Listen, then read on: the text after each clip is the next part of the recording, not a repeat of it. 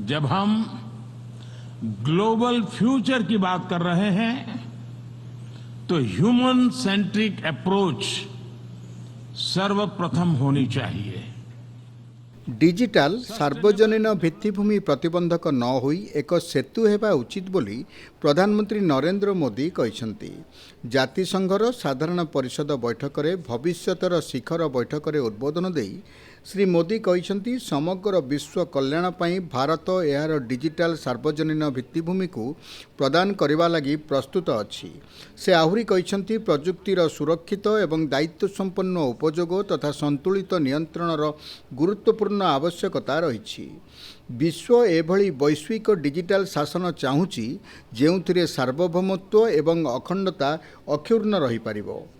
मानवतार सफलता रणक्षेत्र नुहे बरं सामूहिक शक्ति रे निहित रही। शांति और निरापत्ता प्रति देखा देउथिबा विपदगुड़िक संपर्क में उल्लेख करी प्रधानमंत्री कहिसंती जे गोटिए पटरे आतंकवाद विश्व शांत और निरापत्ता पई बड़ विपद होइथिला बेले अन्य पक्षरे साइबर सामुद्रिक एवं महाकाश क्षेत्र नूतन विवाद क्षेत्र भावे उभा होइछि। वैश्विक कार्यानुष्ठान सहित वैश्विक आशा आकांक्षा सह मेल खाइबा उचित बोली प्रधानमंत्री कहिसंती। जब हम ग्लोबल फ्यूचर की बात कर रहे हैं तो ह्यूमन सेंट्रिक अप्रोच सर्वप्रथम होनी चाहिए। सस्टेनेबल डेवलपमेंट को प्राथमिकता देते हुए हमें मानव कल्याण, फूड, हेल्थ सिक्योरिटी यह भी सुनिश्चित करनी होगी। भारत में 250 मिलियन लोगों को गरीबी से बाहर निकालकर हमने यह दिखाया है कि sustainable development can be successful. Success का हमारा यह अनुभव हम ग्लोबल साउथ के साथ साझा करने के लिए तैयार है। प्रधानमंत्री नरेंद्र मोदी न्यूयॉर्क रे जातिसंघ साधारण परिषद बैठक में संबोधन करने अवसर में यूक्रेन राष्ट्रपति को साक्षात करथिले। से आर्मेनिया प्रधानमंत्री निकोलो पाशियान एवं भाटिकान होलिसी विदेश मंत्री कार्डिनाल पिएड्रो पेरोलिन सहित बैठक करथिले। प्रधानमंत्री वियतनाम राष्ट्रपति टो लोम सह बैठक करी विभिन्न द्विपाक्षिक प्रसंग एवं उभय देश मध्य संपर्क को मजबूत करने पारस्परिक सहयोग वृद्धि उपरे आलोचना करथिले। दुई देश मध्य सभ्यतागत एवं सांस्कृतिक संपर्कर गुरुत्व उपरे मध्य आलोचना होइथिला।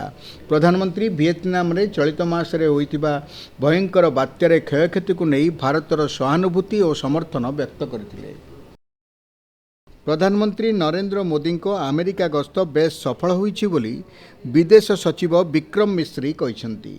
न्यूयॉर्क ठारे एक सांबादिक सम्मेलन रे श्री मिश्री कहिसंती जे एही यात्रा अवसर रे आयोजित सामुदायिक कार्यक्रम एकथा स्पष्ट होइछि जे अमेरिका रे रहुथिबा भारतीय समुदाय एही देश सहित संपर्क को केते मजबूत करिसंती।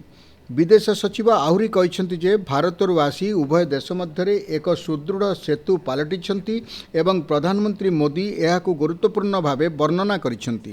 प्रधानमंत्री को एही यात्रा प्रजुक्ति ज्ञानकौशलर गुरुत्व को मध्य रेखांकित करिछि, जहाँ क्वाडर मिलित वक्तव्य, भारत अमेरिका द्विपाक्षिक आलोचना, मुख्य कार्यनिर्वाही अधिकारी विचार विमर्श एवं हेलोटेक इंटरनेशनल मुख्य कार्यनिर्वाही अधिकारी बैठक स्पष्ट होइछि। The Prime Minister has just concluded a very intense and successful visit to the United States and will be departing shortly for India.